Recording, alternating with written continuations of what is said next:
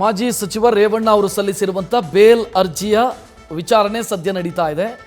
ಮೊದಲ ಕೇಸು ಲೈಂಗಿಕ ಕಿರುಕುಳದ ಕೇಸಿಗೆ ಸಂಬಂಧಿಸಿದಂತೆ ಅವರು ರೆಗ್ಯುಲರ್ ಬೇಲ್ ಕೋರಿ ಅರ್ಜಿ ಸಲ್ಲಿಸಿದ್ದಾರೆ. ಅದರ ವಿಚಾರಣೆ ಸದ್ಯ ನಡೀತಾ ಇದೆ. ಸೊ ಇಲ್ಲಿ ಅರ್ಜಿಯ ಕಾನೂನು ಮಾನ್ಯತೆಯ ಬಗ್ಗೆಯೂ ಕೂಡ ಜೈನಾ ಕೊಠಾರಿಯವರು ವಾದ ಮಂಡಿಸುವ ಸಂದರ್ಭದಲ್ಲಿ ಪ್ರಸ್ತಾಪಿಸ್ತಾ ಇದ್ದಾರೆ. ಒಂದು, ಆ ಕೇಸ್ ಏನಾಗಿತ್ತು ಅನ್ನೋದನ್ನು ವಿವರಿಸೋದರ ಜೊತೆಗೆ ಇದರಲ್ಲಿ ಇಬ್ಬರು ಆರೋಪಿಗಳಿಂದಲೂ ಕೂಡ ಆ ಮಹಿಳೆಗೆ, ಸಂತ್ರಸ್ತ ಮಹಿಳೆಗೆ ಲೈಂಗಿಕ ದೌರ್ಜನ್ಯ ಆಗಿದೆ. ಇಬ್ಬರು ಆರೋಪಿಗಳು ಅಂತಂದರೆ ರೇವಣ್ಣ ಮತ್ತು ಪ್ರಜ್ವಲ್ ರೇವಣ್ಣ, ಇಬ್ಬರಿಂದಲೂ ಕೂಡ ಲೈಂಗಿಕ ದೌರ್ಜನ್ಯ ಆಗಿದೆ.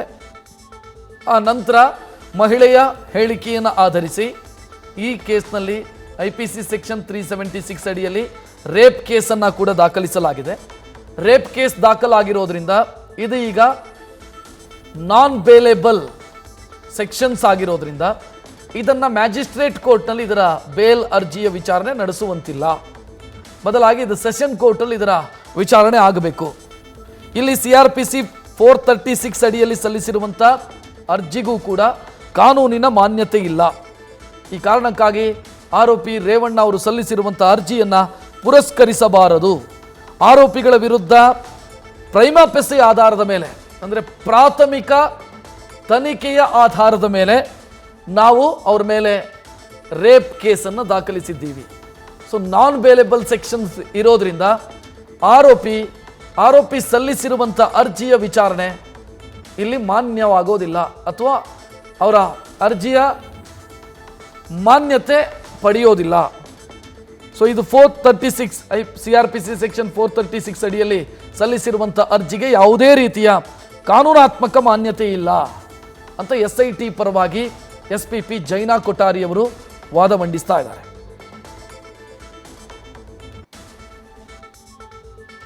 ಇನ್ನು ಈ ಅರ್ಜಿ ಏನು ದಾಖಲಾಗಿದೆ, ನನಗೆ ಬೇಲ್ ಕೊಡಿ ಅಂತ ಬಯಸಿ ಆರೋಪಿ ರೇವಣ್ಣ ಅವರು ಸಲ್ಲಿಸಿರುವಂಥ ಅರ್ಜಿ, ಇದಕ್ಕೆ ಕಾನೂನಾತ್ಮಕ ಮಾನ್ಯತೆ ಇಲ್ಲ ಅನ್ನೋದನ್ನು ಕೂಡ ಜೈನಾ ಕೊಠಾರಿಯವರು ಪ್ರಸ್ತಾಪ ಮಾಡ್ತಿದ್ದಾರೆ. ಅದಕ್ಕೊಂದಿಷ್ಟು ಕಾರಣಗಳನ್ನು ಅವರು ಕೊಡ್ತಾ ಇದ್ದಾರೆ.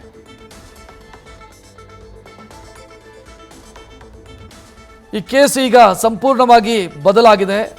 ಬೇಲೇಬಲ್ ಇದ್ದಿದ್ದು ನಾನ್ ಬೇಲೇಬಲ್ ಆಗಿದೆ. ಲೈಂಗಿಕ ಕಿರುಕುಳ ಕೇಸು ಅಂತ ಇದ್ದಿದ್ದು ಅತ್ಯಾಚಾರ ಕೇಸಾಗಿ ಬದಲಾಗಿದೆ.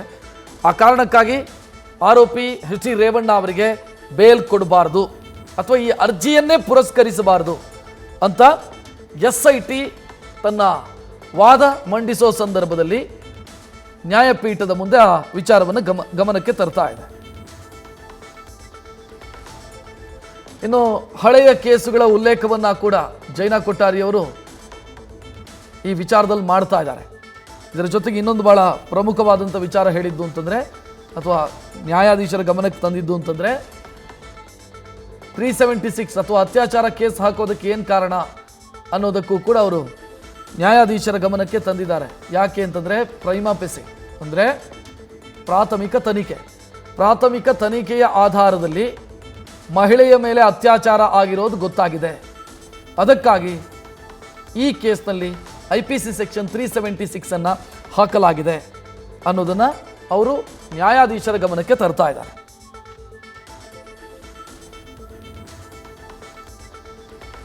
ಒಟ್ಟಲ್ಲಿ ಈ ಕೇಸ್ನಲ್ಲಿ ರೇವಣ್ಣ ಅವರು ಸಲ್ಲಿಸಿರುವಂಥ ಅರ್ಜಿಗೆ ಕಾನೂನಾತ್ಮಕ ಮಾನ್ಯತೆ ಸಿಗತ್ತಾ ಅನ್ನೋದು ಸದ್ಯಕ್ಕಿರುವಂಥ ಪ್ರಶ್ನೆ.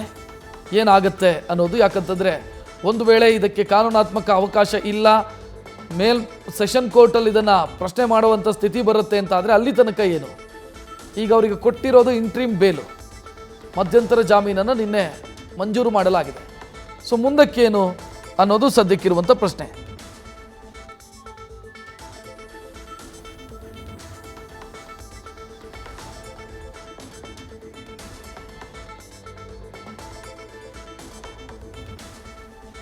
ಇಡೀ ಕೇಸು ಇಡೀ ರಾಜ್ಯದಲ್ಲಿ ಇದು ವಿಚಾರ ಬೆಳಕಿಗೆ ಬರೋದಕ್ಕೆ ಕಾರಣ ಆದಂಥ ಫಸ್ಟ್ ಕೇಸ್ ಇದು. ಲೈಂಗಿಕ ದೌರ್ಜನ್ಯದ ಕೇಸು ರೇವಣ್ಣ ಮತ್ತು ಪ್ರಜ್ವಲ್ ರೇವಣ್ಣ ಅವರ ವಿರುದ್ಧ ದಾಖಲಾದಂಥ ಕೇಸು. ಆ ನಂತರ ಬೇರೆ ಅಂದರೆ ಈ ಕೇಸು ದಾಖಲಾದ ನಂತರ ಆ ಪಂಡೋರಾಸ್ ಬಾಕ್ಸ್ ಓಪನ್ ಆಯಿತು. ಅಂದರೆ ಈ ಅಶ್ಲೀಲ ವಿಡಿಯೋದ ಕೇಸು, ಅದರ ತೀವ್ರತೆ, ಅದರಲ್ಲಿರುವಂಥ ಸಂತ್ರಸ್ತೆಯರು. ಸೊ ಈ ಕೇಸಿನ ಆಧಾರದ ಮೇಲೇ SIT ರಚನೆಯಾಗಿರೋದು. ಈ ಕೇಸು ಏನು ದಾಖಲಾಯಿತು, ಅದಾದ ನಂತರ SIT ರಚನೆ ಆಯಿತು. ಅಶ್ಲೀಲ ವಿಡಿಯೋಕ್ಕೆ ಸಂಬಂಧಿಸಿದಂತೆ ಏನೇ ಕೇಸ್ ಇದ್ದರೂ ಕೂಡ SITಗೆ ಟ್ರಾನ್ಸ್ಫರ್ ಆಯಿತು. ಪ್ರಮುಖವಾಗಿ ಇದಾದ ನಂತರ ಒಂದಿಷ್ಟು ಮಂದಿ ಸಂತ್ರಸ್ತೆಯರನ್ನು SIT ವಿಚಾರಣೆಗೆ ಕರೆಸ್ಕೊಳ್ತು. ಅದರಲ್ಲೊಬ್ಬರು 44 ವರ್ಷದ ಮಹಿಳೆ ಜನಪ್ರತಿನಿಧಿಯಾಗಿದ್ದಂಥವರು, ಅವರು ಕೂಡ ಒಂದು ಕಂಪ್ಲೇಂಟ್ ಕೊಟ್ಟಿದ್ದಾರೆ. ಅದರಲ್ಲಿ ಪ್ರಜ್ವಲ್ ರೇವಣ್ಣ ವಿರುದ್ಧ ಅತ್ಯಾಚಾರ ಕೇಸು ದಾಖಲಾಗಿದೆ. ಇದರ ಜೊತೆಗೆ ಒಂದಿಷ್ಟು ಸರ್ಕಾರಿ ಅಧಿಕಾರಿಗಳು ಕೂಡ ಕಂಪ್ಲೇಂಟ್ ಕೊಟ್ಟಿದ್ದಾರೆ ಅನ್ನೋ ಮಾಹಿತಿ ಇದೆ. ಆದರೆ ಅದು ಪ್ರಜ್ವಲ್ಗೆ ಸಂಬಂಧಿಸಿದಂಥ ವಿಚಾರ. ಇದು ರೇವಣ್ಣ ಅವರಿಗೆ ಸಂಬಂಧಿಸಿದಂಥ ವಿಚಾರ. ಕಾರಣ ಈ ಕೇಸ್ನಲ್ಲಿ ರೇವಣ್ಣ ಅವರು ಕೂಡ ಆರೋಪಿ ಆಗಿರೋದ್ರಿಂದ ಅಥವಾ ಆರೋಪಿ ನಂಬರ್ 1 ಆಗಿರೋದ್ರಿಂದ ಉಳಿದ ಕೇಸುಗಳಿಗೂ ರೇವಣ್ಣ ಅವರಿಗೂ ಸಂಬಂಧ ಇಲ್ಲ. ಅಂದರೆ ಸದ್ಯದ ಮಾಹಿತಿ ಪ್ರಕಾರ ಆ 44 ವರ್ಷದ ಮಹಿಳೆ ಕೊಟ್ಟಿರುವಂಥ ರೇಪ್ ಕೇಸು ಅಥವಾ ಬೇರೆ ಬೇರೆ ಕೇಸ್ಗಳು ಅಥವಾ ಮಹಿಳೆಯರು ಕೊಟ್ಟಿರುವಂಥ ಹೇಳಿಕೆ, ಇದರಲ್ಲಿ ರೇವಣ್ಣ ಅವರ ಪ್ರಸ್ತಾಪ ಇಲ್ಲ. ರೇವಣ್ಣ ಅವರ ಹೆಸರು ಪ್ರಸ್ತಾಪ ಆಗಿರುವಂಥ ಕೇಸು ಇದೆ. ಇದು ಬಿಟ್ಟರೆ ಅದೊಂದು ಕಿಡ್ನ್ಯಾಪ್ ಕೇಸು, ಅದರಲ್ಲಿ ಲೈಂಗಿಕ ಕಿರುಕುಳ ಅಥವಾ ಅತ್ಯಾಚಾರದ ವಿಚಾರ ಆ ಕೇಸ್ನಲ್ಲಿ ಇಲ್ಲ, ಅದು ಕಿಡ್ನ್ಯಾಪ್ ಕೇಸು. ಬಟ್ ಇಲ್ಲಿ ರೇವಣ್ಣ ಅವರೇ ಲೈಂಗಿಕ ಕಿರುಕುಳ ಕೊಟ್ಟಿದ್ದಾರೆ, ಅತ್ಯಾಚಾರ ಮಾಡಿದ್ದಾರೆ ಅನ್ನೋ ಆರೋಪವನ್ನು ಮಹಿಳೆ ಮಾಡಿರೋದ್ರಿಂದ ರೇವಣ್ಣ ಅವರಿಗೆ ಸುತ್ತಿಕೊಂಡಿರುವಂಥ ಮೊದಲ ಲೈಂಗಿಕ ದೌರ್ಜನ್ಯ ಅಥವಾ ಕಿರುಕುಳ, ಈಗ ಅತ್ಯಾಚಾರದ ಕೇಸು ಇದು. ಸೊ ಇದರಲ್ಲಿ ಒಂದು ವೇಳೆ ಬೇಲ್ ಸಿಕ್ತು ಅಂತಾದರೆ ರೇವಣ್ಣ ಅವರು ಸೇಫ್ ಆಗ್ತಾರೆ ಅಥವಾ ಒಂದು ರಿಲೀಫ್ ಸಿಕ್ಕಂತ ಆಗುತ್ತೆ, ಬಂಧನದಿಂದ ಅವರಿಗೆ ವಿನಾಯಿತಿ ಸಿಕ್ಕಂತಾಗತ್ತೆ ಅಥವಾ ಬಂಧನದಿಂದ ತಪ್ಪಿಸಿಕೊಂಡಂತಾಗತ್ತೆ. ಆ ಕೇಸಲ್ಲಿ ಅವರಿಗೆ ಬೇಲ್ ಆಗಿದೆ, ಕಿಡ್ನ್ಯಾಪ್ ಕೇಸಲ್ಲಿ. ಇದರಲ್ಲೂ ಕೂಡ ಬೇಲ್ ಆಗಿಬಿಟ್ರೆ ರೇವಣ್ಣ ಅವರಿಗೆ ರಿಲೀಫ್ ಸಿಕ್ಕಂತೆ. ಆದರೆ ಏನಾಗತ್ತೆ ಇಲ್ಲಿ ಅನ್ನೋದೇ ಸದ್ಯಕ್ಕಿರುವಂಥ ಪ್ರಶ್ನೆ.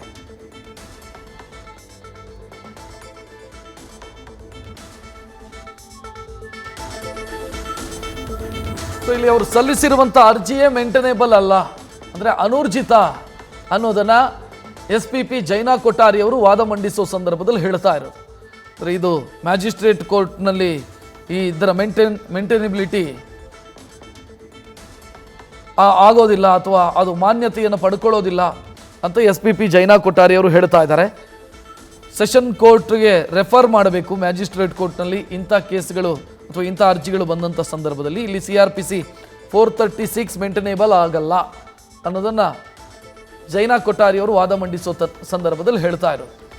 ಇನ್ನು ರೇವಣ್ಣ ಪರವಾಗಿ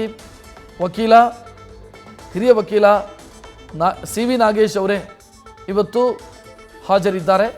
ಇದಾದ ನಂತರ ಅವರ ವಾದವನ್ನು ಮಂಡಿಸೋದಕ್ಕೆ ಅವಕಾಶವನ್ನು ಮಾಡಿಕೊಡಲಾಗುತ್ತೆ.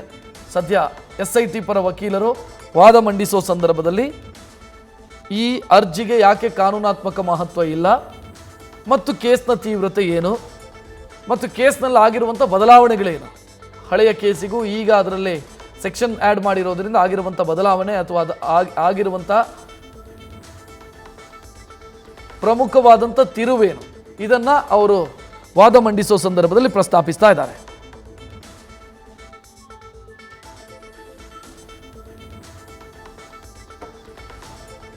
ಇನ್ನು FIR ಅಲ್ಲಿ ವಿವಿಧ ಅಪರಾಧದ ಸೆಕ್ಷನ್ ಇದ್ದಾಗ ತನಿಖೆಯ ಅಗತ್ಯ ಇದೆ.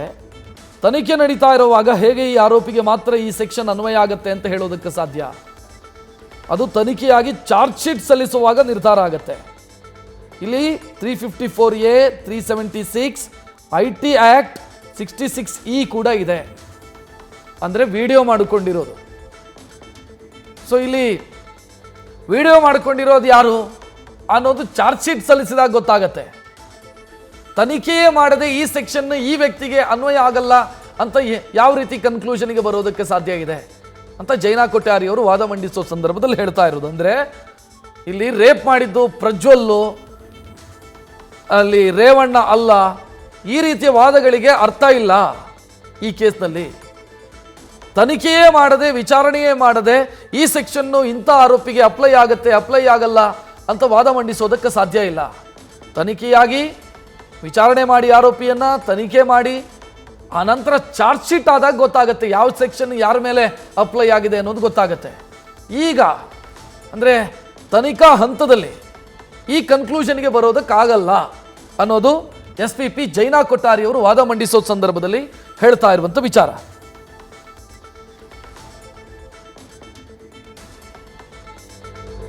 ಅಂದರೆ ಇಲ್ಲಿ ಕನ್ಫ್ಯೂಷನ್ ಇತ್ತು.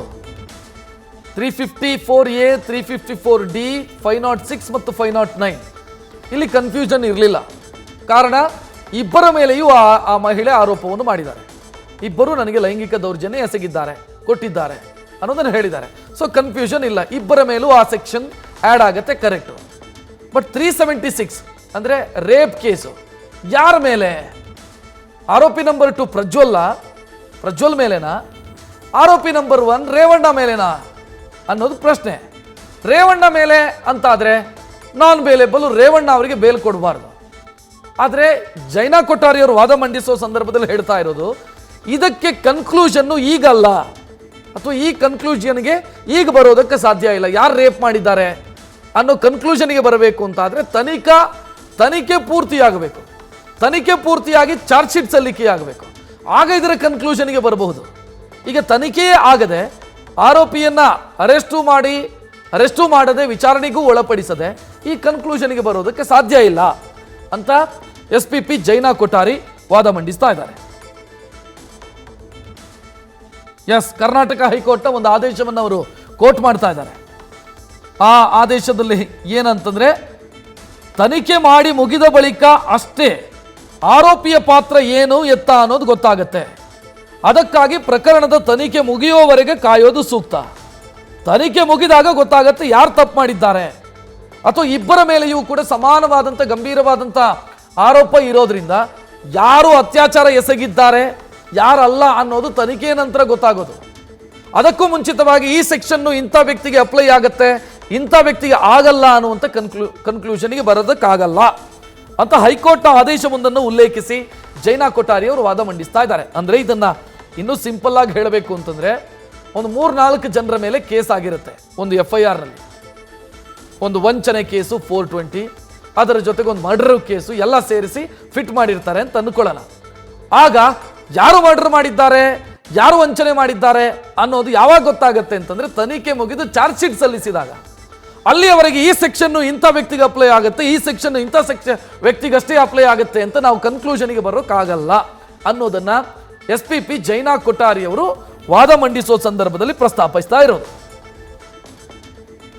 ಸೊ ಅಲ್ಲಿಗೆ ಈಗಲೇ ಕನ್ಕ್ಲೂಷನ್ಗೆ ಬರೋಕ್ಕಾಗಲ್ಲ. ಇಲ್ಲಿ ಅತ್ಯಾಚಾರ ಎಸಗಿದ್ಯಾರು ಮತ್ತು ಅತ್ಯಾಚಾರದ ಸೆಕ್ಷನ್ನು ಯಾರಿಗೆ ಅನ್ವಯ ಆಗಬೇಕು ಅನ್ನೋ ಕನ್ಕ್ಲೂಷನ್ಗೆ ಈಗ ಬರೋಕ್ಕಾಗಲ್ಲ. ಅಂದರೆ ಪ್ರಿಲಿಮಿನರಿ ಹಂತದಲ್ಲಿ, ಪ್ರಾಥಮಿಕ ಹಂತದಲ್ಲಿ ಆ ಕನ್ಕ್ಲೂಷನ್ಗೆ ಬರೋದಕ್ಕೆ ಸಾಧ್ಯ ಇಲ್ಲ ಅನ್ನೋದು ಜೈನಾ ಕೊಠಾರಿಯವರು ವಾದ ಮಂಡಿಸುವ ಸಂದರ್ಭದಲ್ಲಿ ತಿಳಿಸ್ತಾ ಇರುವಂಥ ವಿಚಾರ. ನ್ಯೂಸ್ ಫಸ್ಟ್ ನಿರ್ಭೀತಿಯಿಂದ ನಿಮ್ಮ ಪರವಾಗಿ.